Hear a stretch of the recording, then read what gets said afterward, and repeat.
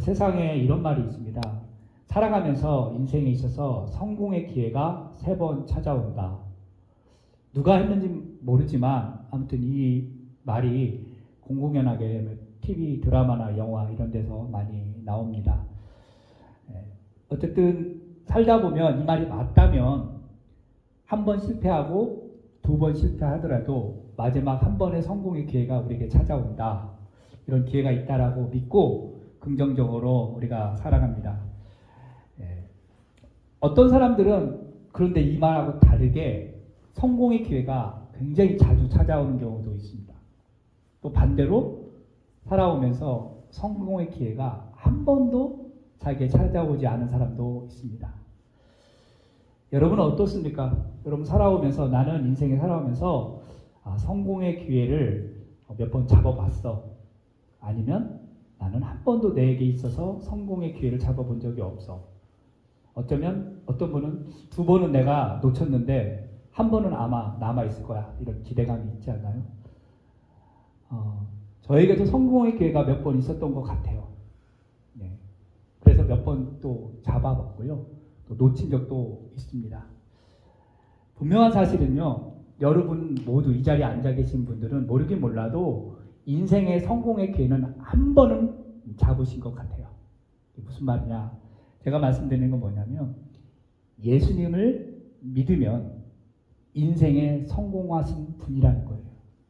물론 여기서 말하는 성공은 세상에서 말하는 성공과 좀 다릅니다. 세상에서 말하는 성공은요, 보통 우리가 저 사람 세상에서 성공했네 라고 하면 무슨 이야기를 떠올려요? 먼저 좋은 직장, 그 다음에 돈, 그렇죠?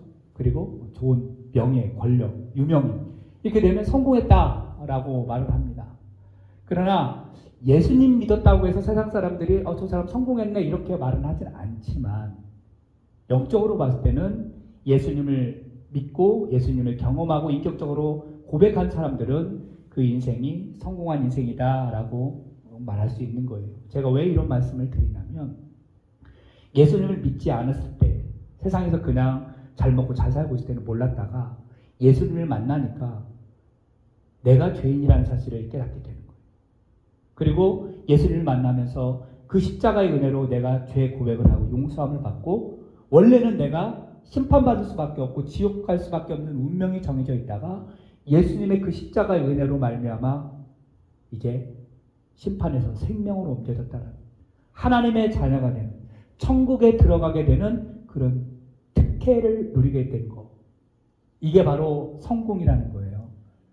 이게 눈으로 보이지 않고 여러분이 참 지금 현재는 느껴지지 않을 수도 있어요.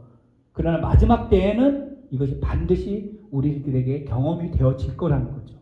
이런 면에서 예수님을 제대로 믿고 예수님을 인격적으로 고백한 사람은 인생의 성공의 삶을 살았다라고 말씀을 드리고 싶습니다.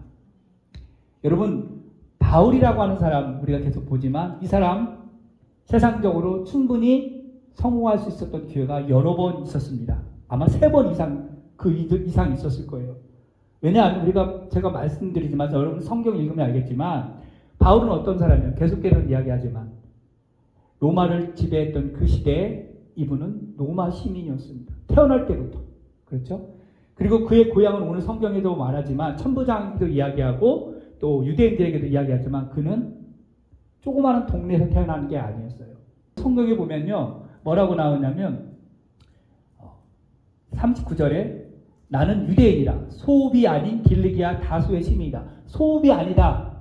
이 말은 뭐냐면 조그마한 어떤 동네 이런 데가 아니라는 거예요. 굉장히 그 당시 유명하고 큰 도시 길리기아 다수에서 나는 살았고 거기에 시민이다라고 이야기를 하는 거예요.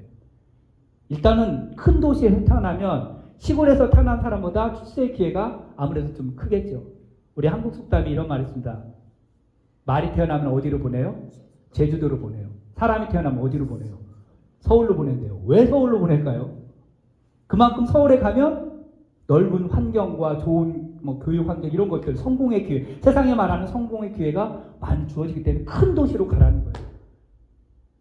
물론 바울이 로마에서 태어났으면 더 그렇겠지만 로마는 아니지만 일단 다소라는 동네에서 태어났다.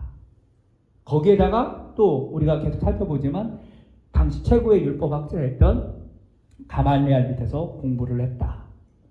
그리고 또 여기 성경에 보니까 이 사람은 바이랭귀를 하죠. 바이랭귀 2개. 헬라 말도 할 줄 알아요. 그리고 히브리 말도 할 줄 알아요. 그러니까 이중 언어를 한다고 하는 것 자체는 바울에게 있어서 더 성공의 기회가 주어질 수 있다는 거죠. 우리가 미국에 살잖아요. 그러다 보니까 인터내셔널 이런 지역에 살다 보니까 대부분 2가지 언어, 뭐 어떤 분은 3가지 언어도 할 수 있는 기회들이 많이 주어집니다. 여러분 지금 가족끼리 있을 때는 한국말로 하지만 여러분 직장이나 이런 데 가면 영어로 말을 하시잖아요. 네. 물론 뭐 미국인 네이티브처럼 유창하게 아닐지라도 그래도 기본 언어적으로 영어로 또 소통합니다. 한국말로 합니다. 그렇죠? 그러니까 이중언어를 한다는 것이 굉장히 사람에게는 유리한 거예요. 저희 큰 아이가 이제 미 육군에 들어가게 되거든요. 근데 사인을 하면서 거기 항목에 뭐가 있었냐면 이중언어를 할 수 있느냐라는 항목이 있대요. 그래서 한국어를 체크를 했어요. 당연히 영어는 하니까. 그래서 한국어 시험을 봤답니다.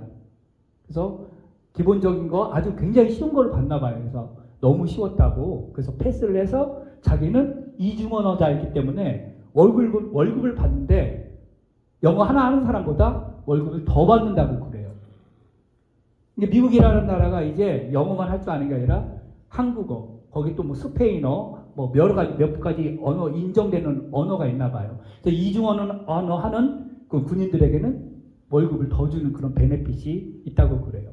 그러니까 바울이라고 하는 사람이 그 당시에 로마 시대에 살면서 헬라도 하고 그리고 히브리 말도 하는 그런 능력을 가졌다라는 거예요. 그러니까 이런 어떤 교육적인 거, 생활적인 거, 또 신분 문제 이런 거에 있어서 성공적인 기회를 얼마든지 가질 수 있었다라는 거예요. 그런데 이 사람은 그런 세상적인 성공보다는 영적인 성공에 더 관심을 가졌다라는 거예요. 그래서 그의 영적인 성공의 가장 전환점이 됐던 게 무엇이냐, 터닝포인트가 됐던 게 뭐냐, 다메섹 사건이라는 거예요. 이 다메섹 사건은요, 사도행전 여러분이 읽어보시면 알겠지만 무려 3번이나 똑같은 상황을 설명하고 있어요. 그게 첫 번째 나온 게 뭐였냐면 우리가 이미 살펴봤죠. 9장에서 다메섹에서 예수님을 만나는 그 바울의 이야기가 있어요. 그때는 이 사도행전을 기록한 누가가 이 이야기를 3인칭 관점으로 써요. 3인칭으로 1인칭이 아니라.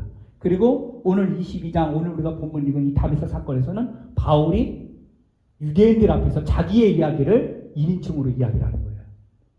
그리고 또 한 번 나오는데 어디에 나오냐면 26장에 가면 나중에 또 보겠지만 또 거기에서 다메섹 사건 똑같은 사건을 또 바울이 그때 누구의 앞에서 하냐면 아그리빠 왕 앞에서 이 다메섹 사건 이야기해요.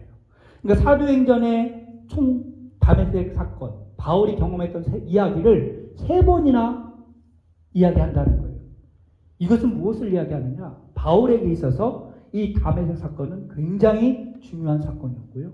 그 인생을 바꾸는 전환점이 되는 사건이었다는 거예요. 또 사도행전 전체로 봐도 이 바울의 이 다메섹 사건이 엄청나게 중요한 거예요. 왜냐? 이 사건 이후로 이제 바울이 완전히 인생이 바뀌어서 이방인의 선교사로 선교 일을 가게 되는 출발점이 되었기 때문에 그만큼 역사적으로 의미가 있는 게 이 다메섹 사건이라는 거예요. 그런데 이제 우리가 다메섹 사건이 살펴보기 전에 우리 잠깐 우리가 지난주에서 이렇게 보겠지만 37절에 40절 이야기가 잠깐 나오죠. 거기에서 무슨 얘기예요? 우리가 지난 사건을 보면 바울이 성전에서 잡혔죠. 하여튼 이제 몰매만 죽게 생겼는데 갑자기 이 소식이 로마 군인들에게 들리고 천부장에게 들려서 천부장이 군인들을 풀어서 바울을 수갑을 채워가지고 영내에서 끄집어내서 이제 데리고 가죠. 그리고 나서 이야기하는 게 오늘 본문 말씀이에요. 그래서 천부장에게 이야기를 합니다. 내가 당신에게 말할 수 있습니까? 라고 이야기하니까 천부장이 듣고 너 헬라말 할 줄 알아? 보니까 유대인인데 헬라말을 할 줄 알으니까 희한하게 본 거죠. 그러면서 오해를 하는 거죠. 너 혹시 그때 애굽인 소유를 일으켰던 그 사람 아니야? 라고 하는데 아니라고. 나 그 사람 아니고 나는 유대인이라고 이야기를 하면서 자기의 이 얘기를 쫙 하죠. 무슨 말이냐? 헬라말을 할 때는 헬라말을 하고 여기 뒤에 보면 또 뭐예요? 히브리 사람들에게는 히브리 말로 하는데 무슨 말이냐면 중요한 거는 천부장 앞에서 자기의 정체성을 정확히 드러내는 거예요. 나는 유태인이다. 나는 유태인이고 나는 소읍이 아닌 길르기아 다소의 시민이다. 자기의 정체성을, 자기의 신분을 꾸밈없이 정확하게 이야기를 해주는 거예요. 그러면서 천부장에게는 히브리 말이 아닌 헬라 말로 이야기를 하고, 또 기회를 얻었을 때 히브리 사람들에게, 유대인들에게, 자기 동족에겐 히브리 말로 하는, 상황에 따라서 또 지혜롭게 말하는 그 지혜를 우리가 볼 수가 있는 거예요. 이것을 보면서 우리에게 적용해 본다면 뭐냐면, 우리가 나를 드러낼 때, 내가 누구인지 말할 때 정체성을 정확히 이야기하고 때로는 지혜롭게 말할 필요가 있다는 거죠. 내가 예수를 믿는 사람이라고 여러분에 속한 어떤 단체나 모임에서 정확하게 그 정체성을 드러내야 되는데, 이거를 강압적이 하는 것이 아니라 지혜롭게, 오늘 바울처럼 헬라 말을 할 때는 헬라 말로, 그리고 히브리 말로 할 때는 히브리 말로 할 수 있는 어떤 지혜로움도 있어야 되는 거예요. 예를 들면 여러분들이 이제 미국에 우리가 사니까 미국 어떤 모임이나 소그룹 모임, 여러분 직장에 있을 때 당신 소개를 해보시오 라고 했을 때 제가 한국말로 나는 한국 사람입니다, 이 한국말로 하면 미국 사람들이 알아들을까요? 못 알아듣죠. 그죠? 그럴 때는 어떻게 돼요? 미국말로 해야 되는 거잖아요. 못해도. 그래서 우리 흔히 우리 교과서 영어로 Let me introduce myself 하면서 나는 블라블라 영어로 막 하잖아요. 그럼 미국 사람들이 막 발음 들어보니까 네이티브는 아니고 코리아 발음이 나오는구나. 이렇게 해서 아무튼 그래도 이해를 한단 말이죠. 그리고 이렇게 한국 분들은 쫙 있는데, 예? 한국 분들 특별히 1세대 어르신들 앞에서 나 좀 당신 소개 좀 해보세요 했을 때 소개를 하는데 영어로 소개를 하면 어르신들이 물론 알아들으시겠지만, 뭐 한국 사람이 왜 영어로 소개를 해? 한국말로 다 하죠. 다 한국말 알아듣는데. 이렇게 할 수 있잖아요. 그죠? 그런 어떤 상황에 따라 지혜롭게 하는 것이 필요하다.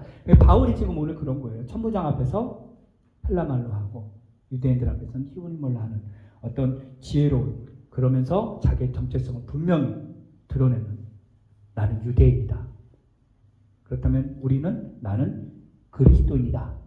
거듭난 그리스도인이다라고 하는 것을 분명히 지혜롭게 또 말할 수 있어야 된다는 거예요. 자, 그리고 이제 오늘 본문에 들어가서 이제 다메사 사건에 있어서 바울에게 어떤 터닝 포인트인가 잠깐 이야기를 할게요. 자, 우리가 흔히 터닝 포인트라고 하잖아요. 전환점이라고 말을 하는데요. 자, 바울에게 있어서 전환점이 정말 여러 가지 있겠지만 특별히 다메사 사건이 전환점이라는 거예요. 여러분 예수님의 삶을 한번 살펴보겠습니다. 자, 예수님의 이 삶에 있어서 전환점은 무엇이었을까요? 여러 가지 이야기할 수 있겠지만 저는 예수님의 십자가의 죽음과 부활이 예수님의 삶에 있어서 가장 큰 터닝 포인트다라고 생각을 해요. 왜냐하면 십자가의 죽음, 이것은 세상의 관점으로는 뭐예요? 인생의 실패예요. 네. 인생의 실패고 인생의 끝이라고 볼 수 있어요. 십자가에 죽었기 때문에. 그래서 패배한 인생. 그러나 부활은 어떻습니까? 이 부활은 성공을 이야기하는 거예요. 승리를 이야기하는 거예요. 그러니까 예수님의 상에 있어서 십자가와 부활은 세상적으로는 실패지만 영적으로는 성공한 것, 승리한 것을 보여주고 있기 때문에 그 예수님의 삶에 있어서 십자가의 죽음과 부활은 예수님의 어떤 전환점이 되었다라고 하는 건데, 바울에게 있어서도 사실은 이 다메섹 사건이 바울에게 있어서는 십자가의 죽음과 부활과 같은 그런 이야기입니다. 예수님을 알기 전에는 바울은 그냥 바리새인으로 그렇게 살았죠. 그러나 예수님을 만나고 나서 이제는 그가 옛사람이 죽어버리고 새 사람이 되는 거예요. 예수님을 만나고 나서 그가 우리가 보게 봤지만 어떻게 됐어요? 실명이 된 거예요. 너무너무 밝은 빛을 본 그 상태, 예수님을 만나니까 어쩐 일인지 눈을 볼 수가 없게 된 거예요. 앞을 못 봤을 때 바울은 어땠을까요? 내 인생 끝난 거 아니야? 이제 난 장님으로 살아야 돼? 눈먼 자로 살아야 돼? 그러나 아나니아라는 사람을 만나고 나서 다시 보게 되는, 그러니까 이 눈을 감았다라고 하는 것은 이전의 그 삶이 끝나고 다시 눈을 떴다라고 하는 것은 예수님을 위한 새로운 삶을 살게 되었다. 그래서 아나니아가 이제 너의 삶은 이러한 삶이 될 것이다. 증인의 삶을 살 것이다 라고 다시 한번 인생의 터닝 포인트를 지적해 주는 거예요. 그래서 바울에게 있어서 이 다메섹이 새로운 그 출발점이 되었다라는 거예요. 그래서 이 다메섹이 그 사건이 바울에게 있어서 터닝 포인트가 되고 어떤 영적인 어떤 의미가 있는 그런 사건이라는 거죠. 그러니까 우리가 본문을 보면서 우리가 눈여겨볼 게 하나 있다면 뭐냐면 앞에서도 말했지만 천부장에게 자기는 유대인이다라고 이야기했죠. 그리고 또 오늘 보면 3절에도 다시 한번 이야기를 해요. 나는 유대인입니다. 자기의 그 정체성을 이야기하는 거예요. 다메섹 사건 이야기하기 전에 내가 누구인지를 그 사람들에게 이야기를 하는 거죠. 나는 유대인입니다. 그러면서 그 유대인을 강조하면서 무슨 이야기를 하냐면 3절 하반절에 보면 뭐라고 해요? 오늘 너희 모든 사람처럼 하나님께 대하여 열심히 있는 사람이다. 너희들이 하나님을 잘 섬기는 것처럼 나도 열심히 있는 사람이다. 그런데 그 열심은 무엇이냐? 너희들처럼 나도 열심히 했다라고 하는 것을 강조하면서 4절 5절 보면서 그 열심을 뭘 이야기하냐면 뭐예요? 4절 5절을 보시면 내가 이 돌을 박해하여 사람을 죽이기까지 하고 남녀를 결박하여 옥에 넘겼노니 이에 대제사장과 모든 장로들이 내 증인이라. 또 내가 그들에게서 다메섹 형제들에게 가는 공문을 받아가지고 거기 있는 자들도 결박하여 예루살렘으로 끌어다가 형벌받게 하려고 갔다. 즉 다메섹 사건 이전에 바울은 하나님께 대한 열심이 있었어요. 그 열심이 뭐냐면 돌을 박해하는 사람, 즉 예수 믿는 사람, 예수를 박해하는 그런 열심이 있었다는 거죠. 그런 열심. 그러니까 당신들이 갖고 있는 그 열심 나도 있었어. 그런데 내가 다메섹 사건 이후로 예수님을 만나고 있어서 그 열심이 바뀌었다라고 하는 것을 오늘 이야기를 하고 있는 거예요. 또 정체성을 이야기하면서 또 이야기를 하면서 뭐냐면 그들이 바울이라고 하는 사람 유대인뿐만 아니라 이런 사람이라고 하는 것을 이야기하는 게 뭐예요? 가말레엘을 내가 밑에서 배웠다. 율법을 철저히 배웠다라고 하고 있죠. 3절에 보면 내가 가말레엘 문화에서 우리 조상들의 율법의 엄한 교훈을 받았다라고 이야기를 하고 있어요. 가말레엘, 지난주에도 이야기했지만 이 사람은 율법 교사예요. 율법 선생님. 그 당시에 가장 존경받는 사람. 사도행전 5장 34절에 보면 가말레엘이 이야기가 나옵니다. 거기에 보면 상반절에 쭉 나오는데 뭐라고 하냐면 바리새인 가말레엘은 율법 교사로 모든 백성에게 존경을 받는 자라. 모든 사람들에게 존경을 받는 사람이 이 가말레엘이라고 하는 거예요. 그러니까 5장 34절 이후에 쭉 나오거든요. 그리고 소요가 일어나고 막 분쟁이 일어나니까 그 사내리는 공회에서 가말레엘이 대표로 이야기를 하니까 모든 사람들이 그 가말레엘의 말을 수긍했다라고 이야기를 해요.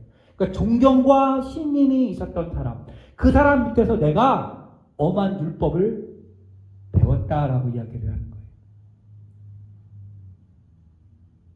그 자기의 정체성, 난 유대인이고 율법을 제대로 배운 사람이다라고 이야기를 하고 있는 거예요. 그렇지만 그것으로 나의 정체성이 끝난 것이 아니라 예수님을 만나서 하나님에 대한 그 열심, 여러분이 알고 있었던 그 하나님의 열심이 이제는 바뀌었다라고 이야기를 하고 있는 거예요. 그 바뀐 내용이 뭐냐면 14절하고 15절에 나와 있습니다. 14절, 15절의 말씀을 보면 이제 아나니아가 이야기를 하는 거예요. 그가 또 이르되 우리 조상들의 하나님이 너를 택하여 너로 하여금 자기 뜻을 알게 하시며 그 의인을 보게 하시고 그 입에서 나오는 음성을 듣게 하셨으니 내가 그를 위하여 모든 사람 앞에서 내가 보고 들은 것의 증인이 되리라. 그러니까 이전에는 다메섹 사건 그 전에는 율법이 우선이었고 그래서 하나님에 대한 열심, 그래서 예수 믿는 것 사람들에 대해 핍박했던 그 열심이 있었는데 이제는 다메섹 사건 이후로 그 율법에 대한 열심에서 그 정체성이 바뀌어서 복음에 대한 예수님의 증인에 대한 그 열심의 정체성으로 바뀌게 됐다라고 하는 것을 오늘 이야기하고 있는 거예요. 근데 정체성이 바뀌고 정체성이 새롭게 된다라는 거 굉장히 중요합니다. 모태신앙이 아닌 분들, 모태신앙이 아닌 분들, 누군가에 의해서 복음을 전해 듣고 전도되어서 나온 분들이 있죠. 그분들이 예수님을 믿게 되었을 때 그 후, 그리고 예수님 믿기 전에, 복음을 듣기 전에 그 삶은 바뀌어야 됩니다. 이 목태신앙이신 분들, 어머니 뱃속에서부터 자기는 교회를 다녔다, 목태신앙이다 라고 하는 분들 있잖아요. 이분들은 그닥 큰 변화가 없어요. 그냥 어려서부터 엄마 뱃속에서부터 걸어 다닐 때부터 청소년기부터 쭉 가요. 물론 중간에 정체성이 혼란이 와서 모태신앙이었던 분들도 어떤 그리스도인의 어떤 정체성을 좀 포기하고 떠나는 분들도 개중에 있긴 합니다만, 그런 분들 말고 중간에 예수 믿어서 누군가의 복음을 전도를 받고 예수를 믿게 된 분들이 정체성이 바뀐다는 거예요. 무슨 말이냐면, 예수님을 믿기 전에는 세상에 있었던 성공들, 그런 안락함들을 따라갔다면, 예수님을 제대로 인격적으로 만나고 거듭난 그리스도인이 된 사람들은 세상의 편함과 성공과 안락이 그들의 정체성이 아니라 복음을 위해서, 하나님의 나라와 의를 위해서 살아가는 정체성으로 바뀐다라는 거예요. 거듭난 그리스도인, 그분들은 바로 그 복음을 들었던 그 순간, 예수님을 만났던 그 순간이 바로 인생의 전환점이 된다라는 거예요. 자, 인생의 그 전환점, 그러면 그것이 있다라고 하면 그것을 기억하는 것이 중요한 것이 오늘 또 이야기를 하고 있는 겁니다. 바울은 자신의 그 다메섹 사건의 그 사건을 자기의 정체성의 그 전환점으로 보고서 결코 잊지 않았어요. 그렇기 때문에 오늘 본문에서 유대인들에게 당당하게 말하고요. 다음에 보겠지만 아그리파 왕에서 또 당당하게 자신의 그 인생의 전환점 다메섹 사건을 이야기하는 거예요. 잊지 않고 있다라는 거예요. 이렇게 볼 때 여러분이 예수님을 만나고 거듭나서 그리스도인이 되었던 그 순간들, 몇 날 며칠 몇 시인지는 사실 정확하게 기억이 나지 않을 수도 있습니다. 그러나 분명한 것은 내가 예수님을 만났던 그 기억들, 그 감동들은 있을 거예요. 그 기억들을 잊지 않기를 바라요. 이거와 좀 비슷한 맥락으로 본다면 요한계시록 2장 3절에서 5절 말씀이 참 우리가 유명한 말씀이 있습니다. 거기에 보면 예수 그리스도를 만났던 그 처음 사랑과 처음 그 행위를 잊지 않는다. 잊지 말라고 했던 말씀이 있어요. 거기에 보면 이렇게 돼 있죠. 또 내가 참고 내 이름을 위하여 견디고 게으르지 않는 것을 나누라. 그러나 너를 책망할 것이 있나니 너의 처음 사랑을 버렸느니라. 그러므로 어디서 떨어졌는지를 생각하고 회개하여 처음 행위를 가지라. 만일 그래야지 않고 회개하지 않으면 내가 내게서 내 촛대를 그 자리에서 옮기리라. 옛날에는 첫사랑이라고 그랬거든요. 그러니까 예수님을 만났던 그 처음 사랑을 잊지 말아라. 잊지 말고 그 예수님에 대한 그 처음 그 행위를 너희들 기억해라 라고 하는 말로 받아들이면 되겠습니다.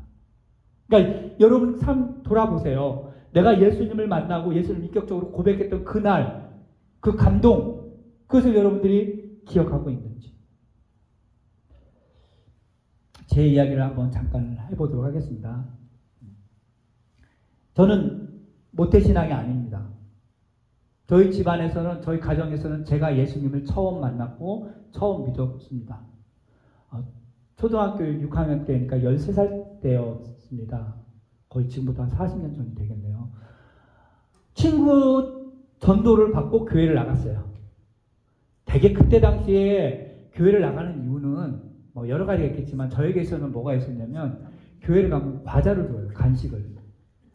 그 간식 먹고 싶어가지고 간식을 먹는데 친구가 왜 어떻게 전도를 하냐면, 야, 교회 끝나고 나면 간식도 주지만 우리 선생님이 친구 데리고 오면 짜장면 사줘.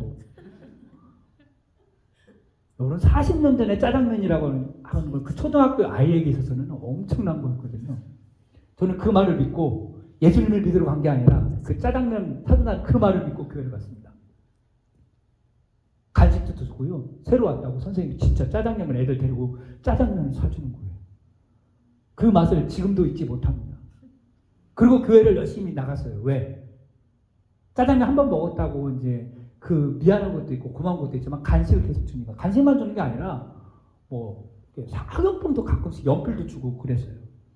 그리고 갔더니 교회 갔더니 뭐 선생님이 율동도 가르쳐주고 노래도 가르쳐주고 너무 교회가 재밌었어요. 그래서 교회 빠지지 않고 열심히 다녔습니다. 그때 당시에 예수가 나의 구원자라는 거, 하나님이 전능하신 하나님이라는 거, 그냥 선생님이 말하지 그것이 내 마음속에 들어오진 않았어요. 오직 나는 끝나고 나면 받을 간식, 사탕 하나 더 받으면 좋겠다, 이런 거에 있어서 교회를 열심히 나갔죠. 그러다가 중학생이 되고 어떤 집회에 참석하게 됐는데 거기에서 예수님을 경험하게 됐어요. 예수님이 나를 위해서 십자가를 지셨고 피를 흘리셨구나. 거기에서 복음을 듣게 되었고 내가 죄인이구나. 그 어린 청소년 시기에 그것을 발견하게 됐어요. 그래서 정말 눈물 콧물 흘리면서 기도했던 기억이 지금도 생생합니다. 그렇게 기도하고 그랬을 때 나를 위해서 예수님이 죽으셨고 십자가에 지셨는데 그럼 나는 예수님을 위해서 무엇을 할까?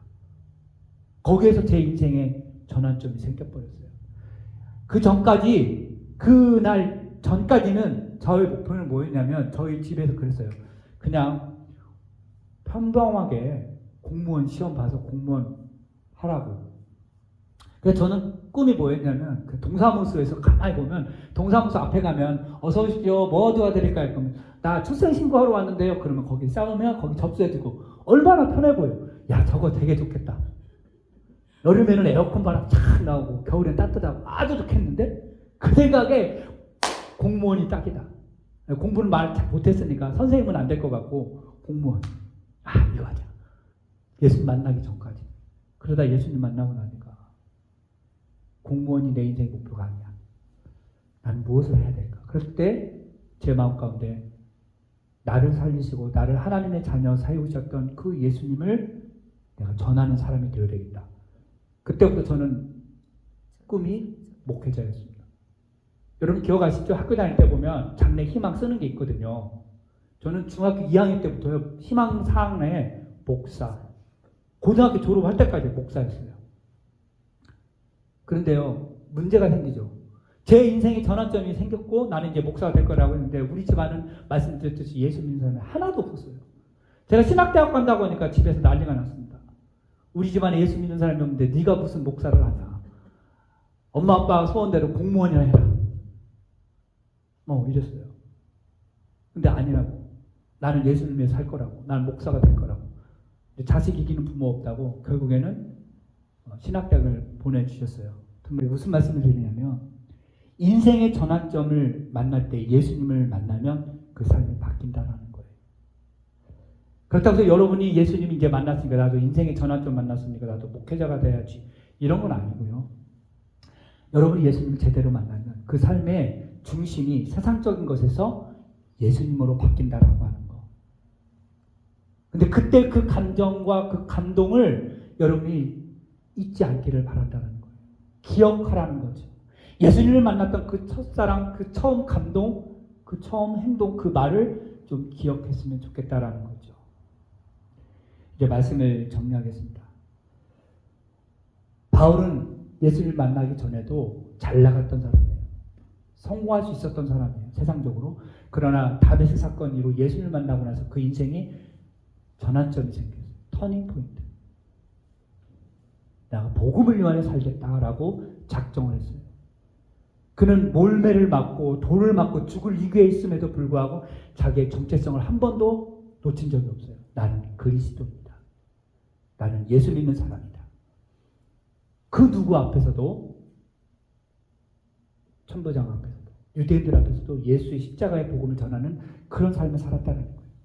그러면서도 계속해서 자기의 삶을 이 다메섹 사건에서 바뀌었다라는 것을 강조하고 있어요. 이제 여러분에게 묻겠습니다. 여러분이 살아갈 때에 여러분의 인생의 전환점은 무엇입니까? 저는 바라기는 예수님을 만났던 그 시간, 그 장소, 그 감동, 그 느낌, 그 고백들이 여러분의 삶 속에서 잊혀지지 않고 끊임없이 기억되어지고 또 여러분이 거듭난 그리스도인으로서 사람들에게 나의 정체성을 분명하게 말할 수 있는, 때로는 한국말로 또는 외국인들에게는 영어로 이렇게 지혜롭게 또 말을 할 수 있는 저와 여러분 될 수 있기를 주님의 이름으로 부탁드립니다. 기도하겠습니다.